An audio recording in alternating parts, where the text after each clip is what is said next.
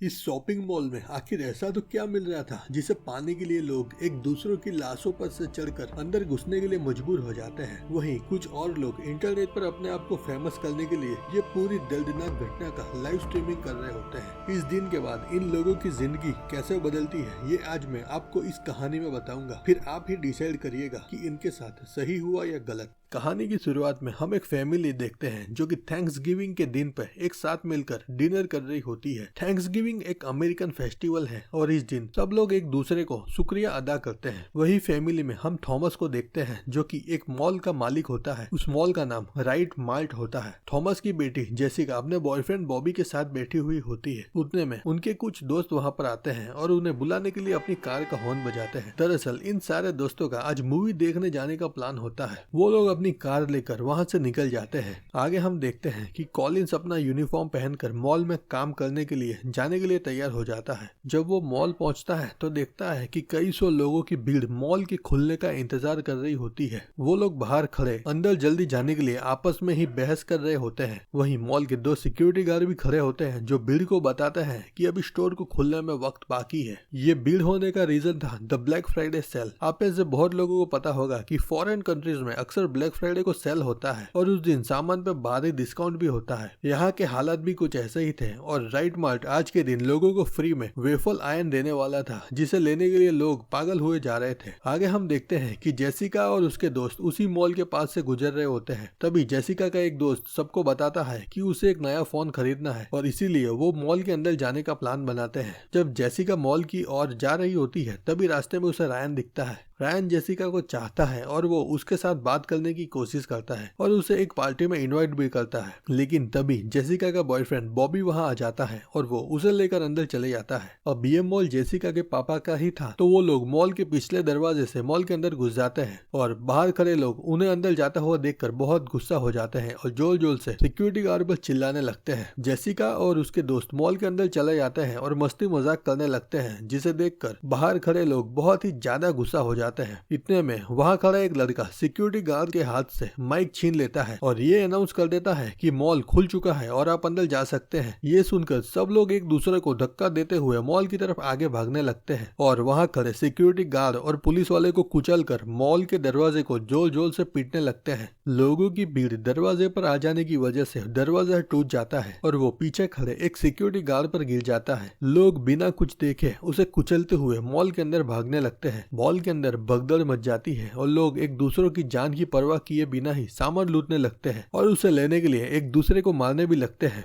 वो लोग वहां से सारा सामान लूट कर वहां से बाहर भागने की कोशिश कर रहे होते हैं।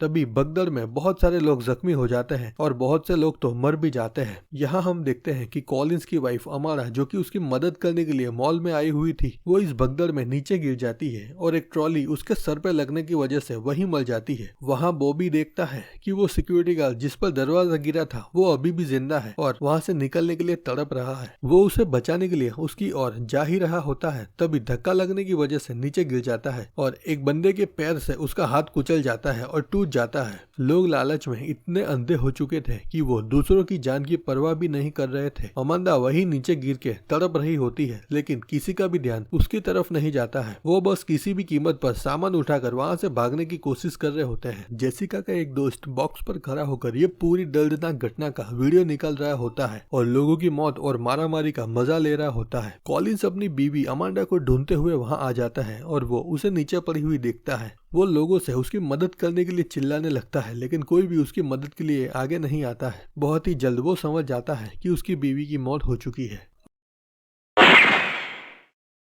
अब इस घटना को एक साल बीत जाता है और नया थैंक्सगिविंग डे आ जाता है। अब हम जेसिका और उसके कुछ दोस्तों को देखते हैं। वो लोग परेशान होते हैं क्योंकि कोई अननोन यूजर उन्हें वही मॉल वाली घटना के वीडियो बार बार सोशल मीडिया पर टैग कर रहा होता है। जेसिका अपनी एक दोस्त को लेकर राइट मार्ट जो कि उसके पापा का ही होता है उसकी एक एडवर्टाइजमेंट शूट करने के लिए लोकेशन पर पहुंचती है। वहां पर थॉमस पहले से ही मौजूद होता है और वो पुलिस को फोन पर कुछ बातें बता रहा होता है। सब लोग जब उस घर के अंदर जाते हैं तो देखते हैं तो किसी ने शूटिंग लोकेशन को तोड़ दिया है और थॉमस की कुल्हाड़ी भी वहाँ से गायब हो गई होती है। वहाँ पर किसी ने दीवार पर लाल कलर से फाइट मार्क लिख दिया होता है। अब जेसिका और उसके दोस्त एक रेस्टोरेंट में बैठे हुए होते हैं जहाँ पर एक लड़का उन्हें पार्टी के कुछ पासिस बेचने की कोशिश कर रहा होता है। युवान उसे बताता है कि तुम पासिस बेचने की जगह मेरा असाइनमेंट जल्दी से खत्म कर लो। दरअसल युवान पैसे देकर जैकब से अपने कॉलेज के असाइनमेंट करवाता था। वो लोग वहीं बैठे हुए होते हैं और सामने वो अपने पुराने दोस्त बॉबी को देखते हैं जिसे उन्होंने उस मॉल वाले एक्सीडेंट के बाद फिर कभी नहीं देखा था। बॉबी उनसे बात करने के लिए नहीं आता है और इसीलिए वो लोग जेसिका को इसके बारे में पूछते हैं। जेसिका भी उन्हें बताती है कि उसकी बॉबी के साथ पिछले 1 साल में कभी भी बात नहीं हुई।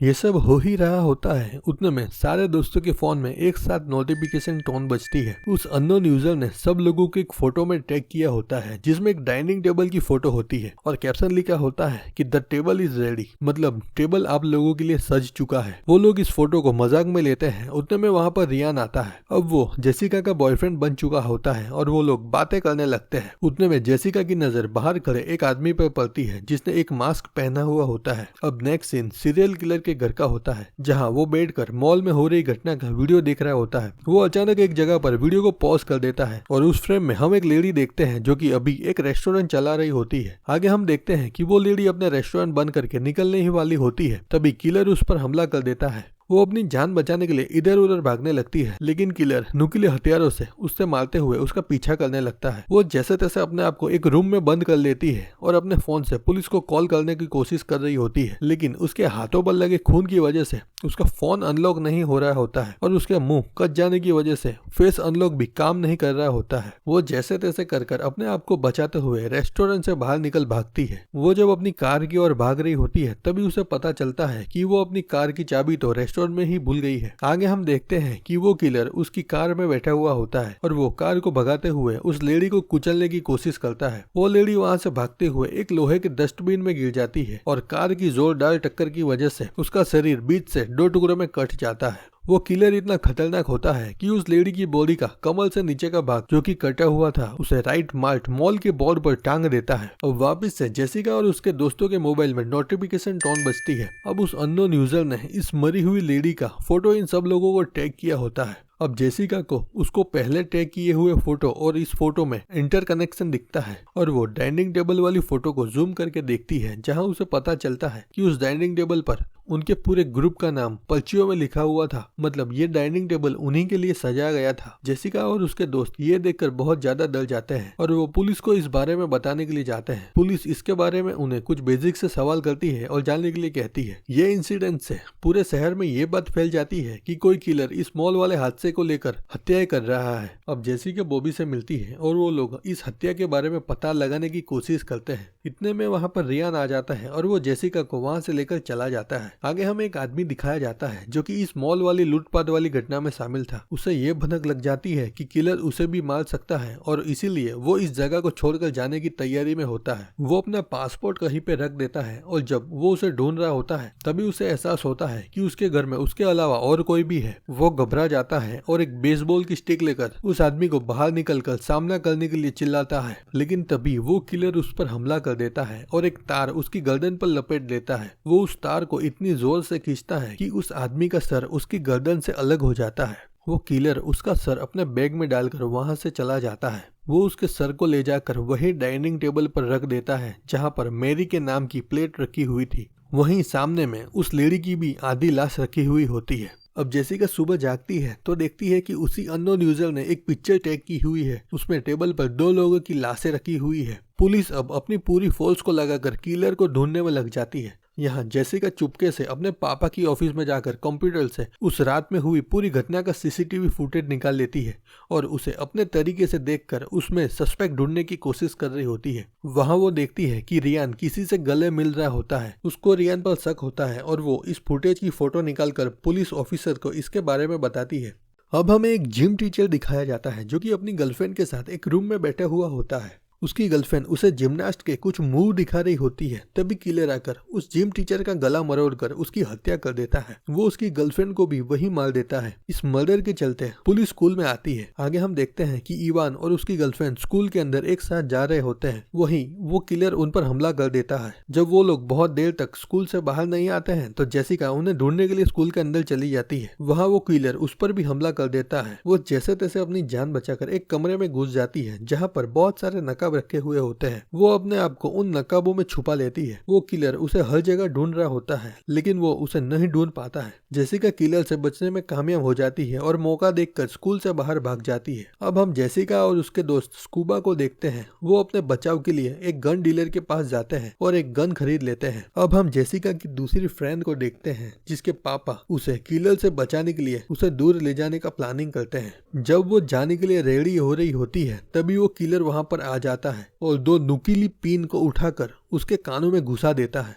ये सब हो ही रहा होता है तभी जेसिका और उसका दोस्त वहां पर पहुंच जाता है और वो उस किलर पर गन तान देता है।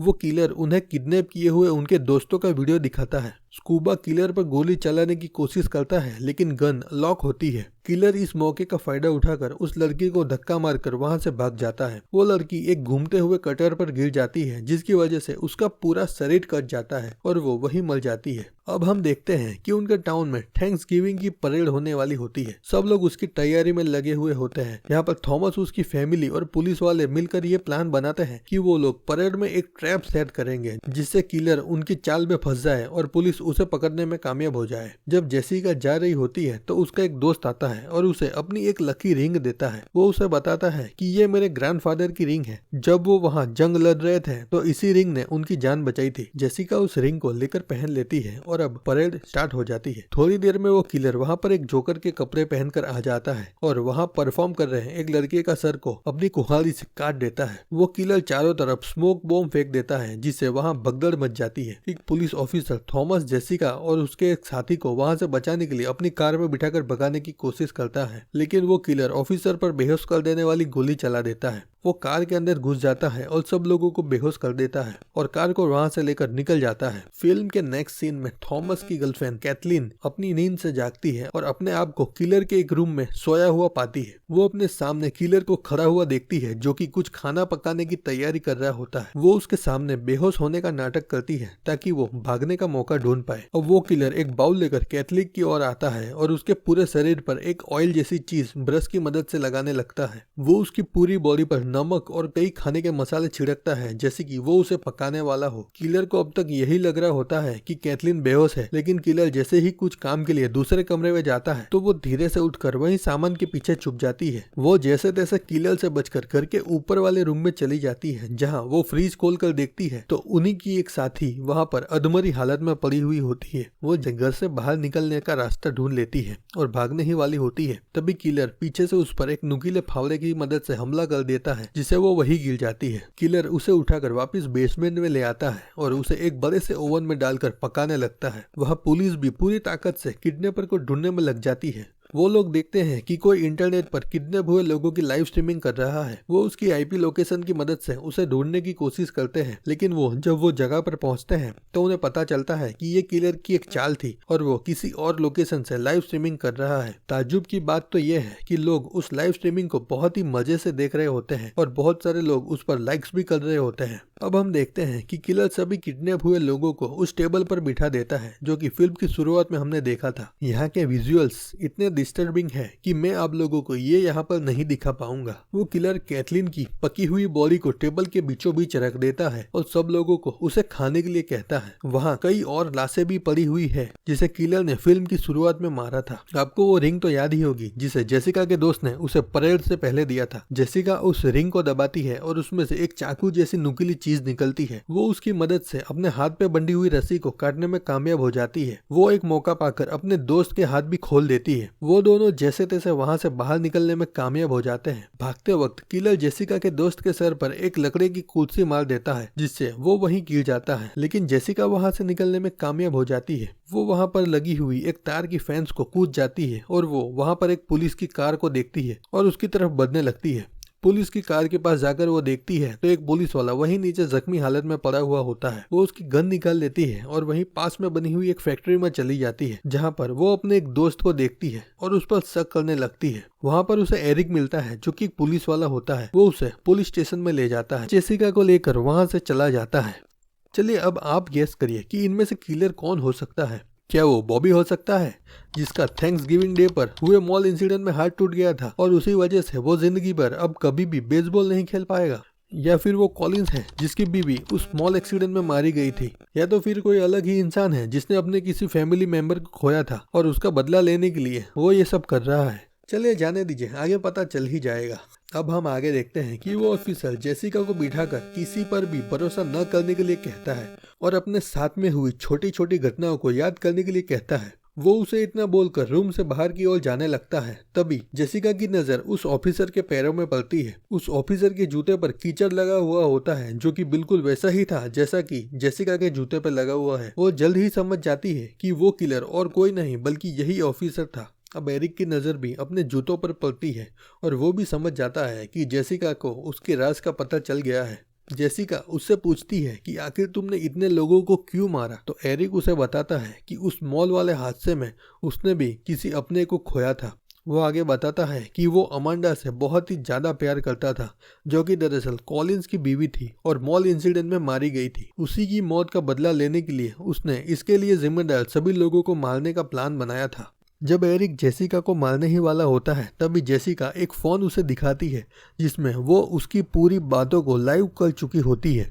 उसे ये फ़ोन वहाँ पर एक एविडेंस रूम में मिला था। अब जेसिका उससे बचकर वहाँ से भागने की कोशिश कर रही होती है। भागते भागते वो वहाँ पर रखे हुए एक गैस के सिलेंडर का नॉब ओपन कर देती है और वहाँ रखी एक कार को लेकर भागने की कोशिश करती है। उसकी कार दरवाजे पर आकर अटक जाती है। वो वहाँ पर नीचे रखी हुई एक गन उठाकर एक गोली फायर कर देती है, जिससे लीक हुई गैस की वजह से एक जोरदार धमाका होता है और पूरी जगह जलकर खाक हो जाती है। यहाँ बाहर पुलिस और मेडिकल की टीम आ जाती है। जेसिका की दोस्त भी वहाँ पर आ जाते हैं और वो उसे मिलकर बहुत ही ज़्यादा खुश होते हैं।